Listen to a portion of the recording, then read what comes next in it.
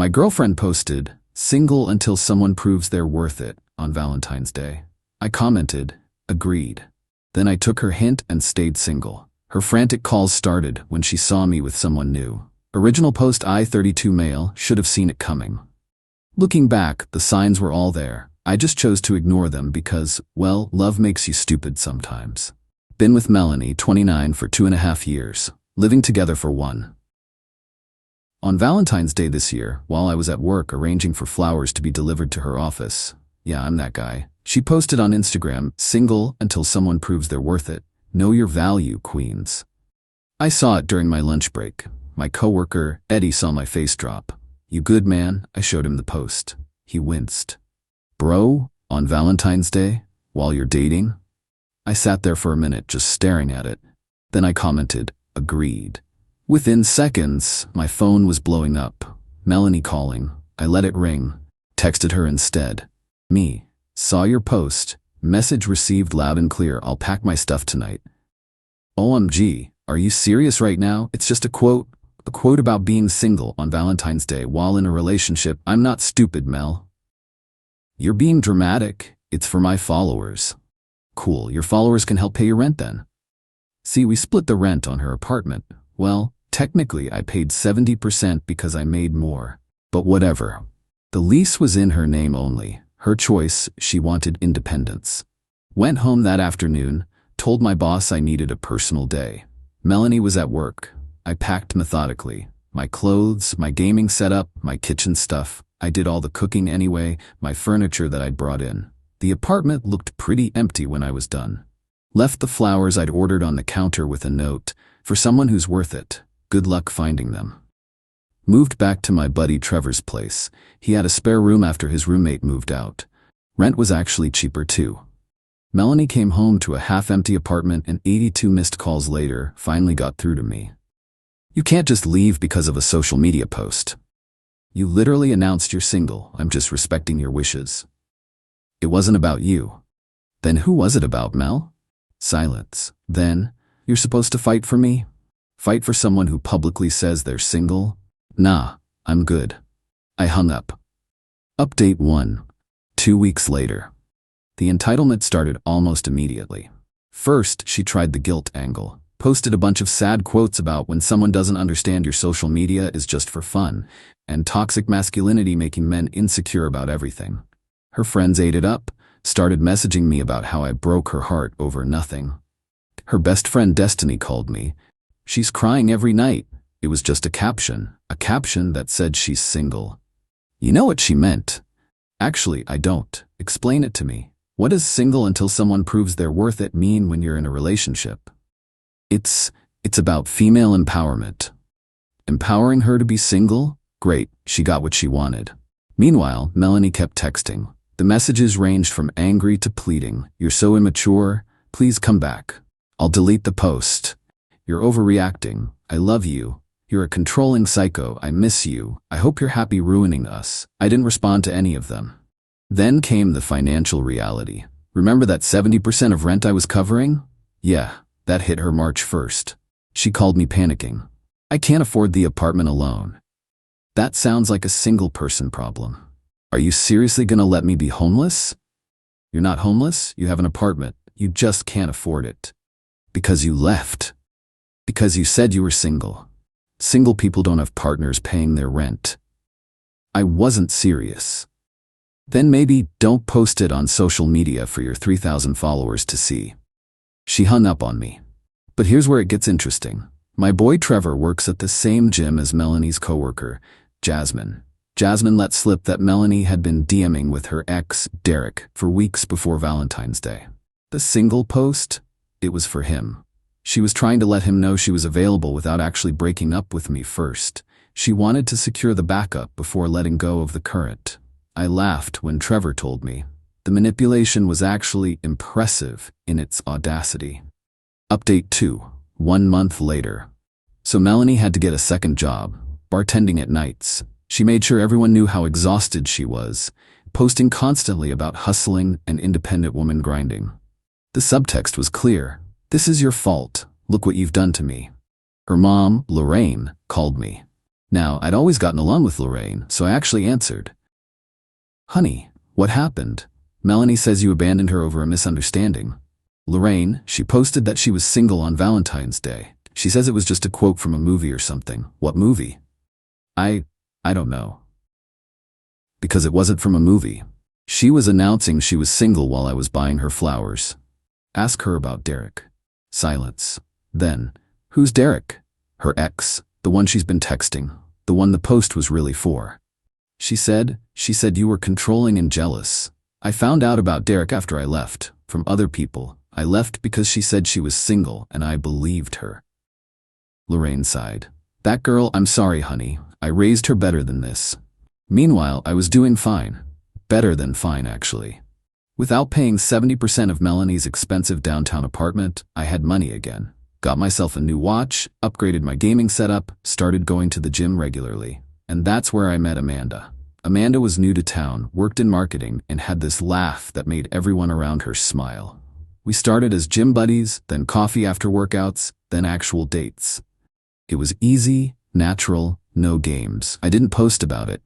Didn't make a big announcement, just lived my life. But you know how small the world is. Melanie's friend spotted us at a restaurant about 6 weeks after the breakup. Within an hour, Melanie was blowing up my phone. Who is she? You moved on already? We were together for 2.5 years and you replaced me in a month? You were probably cheating with her. This is why you left, isn't it? I sent one text back. I've been single since Valentine's Day. Remember? Free to date whoever I want. Then I blocked her. Update 3. 2 months later, the calls started coming from different numbers. Her friends, her cousins, random numbers I didn't recognize, all with the same message. You're a monster, you used her, you abandoned her, you're a narcissist. Then Melanie showed up at Trevor's place at 11 p.m. on a Thursday. Drunk. I know you're in there. We need to talk. Trevor answered the door. He's not home. Liar. His car is right there. I came to the door. Mel, you need to leave. She looked rough. The 2 jobs were taking a toll. Please just talk to me. We have nothing to talk about. I made a mistake. Several from what I heard about Derek. Her face went white. That's not... Who told you? Does it matter? You posted you were single to get his attention. It worked. You're single. Congrats. He doesn't want me. He has a girlfriend. I actually laughed. So you nuked our relationship for a guy who wasn't even interested. I didn't mean to. I thought you'd fight for me. Prove you were worth it. By rewarding you for disrespecting me publicly, that's not how it works. But you're with someone else already. I'm single, remember? Free to date. Stop saying that. I wasn't really single. Then what were you? She started crying. The drunk, ugly crying. I don't know. I was stupid, okay? I wanted to feel wanted, desired, like I had options. And how'd that work out? Trevor stepped in. All right. She needs to go. Mel, I'm calling you an Uber. She tried to push past him. I'm not leaving until he takes me back. Then you're going to be here forever, I said, and went back inside. Trevor handled getting her in the Uber. She threw up in it, apparently. Got charged a $150 cleaning fee. Update 4, 3 months later. The escalation was predictable but still somehow surprising in its intensity. First, she started showing up places she knew I'd be. The gym, she'd never had a membership there before. My favorite coffee shop, the bar where Trevor worked. Always with a guy. Different guys. Clearly from dating apps, looking uncomfortable as she hung all over them while staring at me. Amanda noticed at the gym. Is that your ex, the one staring daggers at me? Yeah, just ignore her. She seems intense. That's one word for it.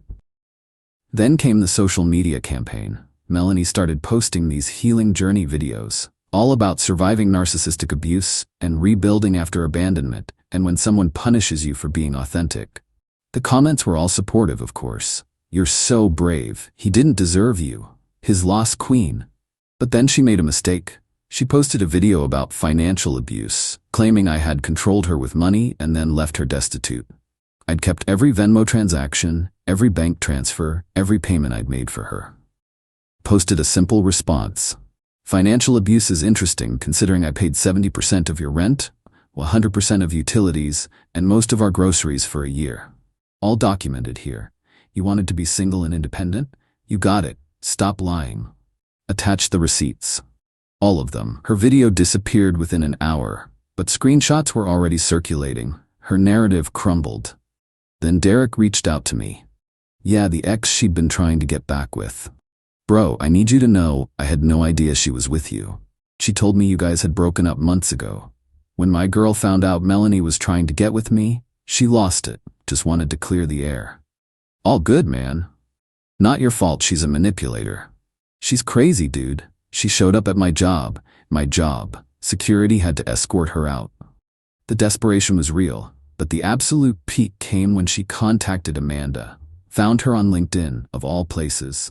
Sent her a message. Hi, you don't know me, but I'm Tom's ex. I just wanted to warn you that he's not who he seems. He abandoned me over a small misunderstanding and left me in financial ruin. He's controlling and vindictive. You seem nice, and I don't want you to get hurt like I did. Amanda showed me immediately. We laughed about it over dinner. Should I respond? She asked. Nah, don't give her the attention she wants. She seems unhinged. Yeah, she's not handling being single well. Update 5. 4 months later. The legal threat started next. Got a letter from some lawyer saying I owed Melanie $400 for my portion of the rent for the remainder of the lease term, 6 months, plus emotional damages. I took it to my cousin who's a lawyer. He laughed. She wants you to pay rent for an apartment you don't live in, that you're not on the lease for, after she announced she was single? Yep. This is harassment at best. Want me to respond, please? His response was beautiful. Pointed out that, 1. I had no legal obligation to pay rent on a lease I wasn't on. 2. She had publicly announced being single, effectively ending the relationship. 3. The continued harassment could result in a restraining order. 4. Any further contact from her or her lawyer would result in counteraction for harassment. Never heard from that lawyer again. But Melanie wasn't done. She started telling people I'd stolen from her when I moved out, that I'd taken things that were hers. So I posted my own receipt, a photo of everything I'd left behind, including the Valentine's flowers with timestamps, plus receipts for everything I'd taken, all purchased by me before we moved in together. Her friend Destiny commented, "This is petty." I responded, "Petty is lying about theft. This is facts." The mutual friends started reaching out privately. They were seeing the pattern now. The lies, the manipulation, the escalating craziness. One by one, they distanced themselves from the drama. Update 6. 5 months later, Melanie got evicted, not for non-payment, surprisingly. She'd managed to keep up with the rent working 2 jobs. No, she got evicted for disturbing other tenants after multiple complaints about late-night screaming matches with various guys she'd bring home from the apps. The final straw was when she threw one dude's clothes off the balcony at 3 a.m. while screaming about him not being worth it either. The irony was delicious. She called me crying. Actually got through using her mom's phone. I have nowhere to go. Call Derek. This isn't funny. I'm gonna be homeless. You'll figure it out. You're a strong, independent woman, remember? How can you be so cruel? Cruel, I'm just respecting your wishes. You wanted to be single. Single people handle their own problems. I made a mistake. Several, and they're not my problem anymore. Her mom took the phone. Tom, honey, she's really struggling. Lorraine, I respect you, but your daughter made her choices. She publicly humiliated me, tried to cheat, lied about me online, harassed my girlfriend, tried to extort money from me, and got herself evicted. I can't help her. She's not well. Then she needs therapy, not an ex-boyfriend to bail her out. Lorraine sighed. You're right, I'm sorry she put you through this. Melanie ended up moving back with her parents, in her childhood room, at 29. Update 7. 6 months later. The final meltdown came when Amanda and I made it Instagram official. Just a simple photo of us at a concert, nothing fancy. But it was enough. Melanie created fake accounts to comment. It was obvious it was her. The writing style, the specific details only she would know. Amanda and I just kept blocking and reporting them. Then she did something that actually crossed a line. She called my job, told HR I was harassing her, that I was stalking her online, that she feared for her safety. HR had to investigate, of course. I provided everything. Her posts, her messages, her showing up at Trevor's, the lawyer letter, the fake accounts, everything. They concluded pretty quickly that if anyone was harassing anyone, it wasn't me. They also suggested I file a police report, which I did. The officer was sympathetic. Ex-girlfriend drama? Yeah. She announced she was single, I believed her, and she's been spiraling ever since. We see this a lot. Social media makes people think they can say anything without consequences. The police visit to her parents' house finally did it. Lorraine called me afterwards. The officers came, Melanie had a breakdown. We're getting her help, real help. I'm sorry it came to this. I hope she gets better, Lorraine. I really do. And I meant it.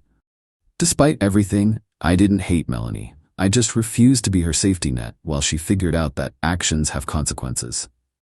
Final update, 1 year later.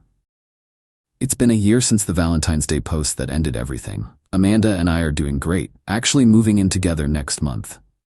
Equal names on the lease, equal rent, equal partnership, the way it should be. Melanie is, well, from what I hear through the ever-shrinking grapevine, she's working on herself. Still at her parents', but in therapy, holding down one steady job instead of juggling multiple ones. Deleted her social media apparently. Good for her. She sent me one last email about a month ago. Not asking for anything, just apologizing. A real apology, taking actual responsibility. Said therapy helped her realize she'd been seeking external validation instead of working on her own self-worth. That the single until someone proves they're worth it post was really about her not feeling worthy herself and projecting that insecurity. That she destroyed something good because she was scared of being vulnerable. I didn't respond. There was nothing to say. But I hope she really has learned and grown. Her mom Lorraine sends me Christmas cards still. This year's included a note. Thank you for not taking her back. She needed to face the consequences to grow. She's becoming the woman I raised her to be, finally. Trevor jokes about it sometimes. Remember when she showed up drunk talking about proving you're worth it? Man, that whole thing was wild. You handled it perfectly though. Just agreed with her and dipped. Legend. Amanda knows the whole story. We actually laugh about it sometimes. She'll post something ridiculous and then say, "Oh no, am I pulling a Melanie?" Looking back, that Valentine's Day post did me a favor. It showed me who Melanie really was. Someone who would disrespect our relationship for internet validation and an ex's attention. Someone who thought I should fight for her while she publicly claimed to be single. Someone who believed there shouldn't be consequences for her actions. The entitlement was real. She genuinely thought she could. Post that she was single while in a relationship, have me continue paying most of her bills, keep me as a backup while pursuing her ex, play victim when faced with consequences, harass me and my new girlfriend without repercussions, threaten legal action for money she wasn't owed, call my job with false accusations, do all this and still have me take her back. But that's not how life works. You can't announce you're single and expect your partner to stick around. You can't disrespect someone publicly and expect them to fight for you privately. You can't have your cake and eat it too. I see dudes online asking, should I take her back, when faced with similar disrespect? My answer is always the same. When someone tells you who they are, believe them. When Melanie said she was single, I believed her. Best decision I ever made. Now I'm with someone who posts about us, who includes me in her life publicly and privately, who would never dream of playing games with our relationship for social media clout. And Melanie? She's still single, last I heard. Guess she's still waiting for someone to prove they're worth it. Good luck with that.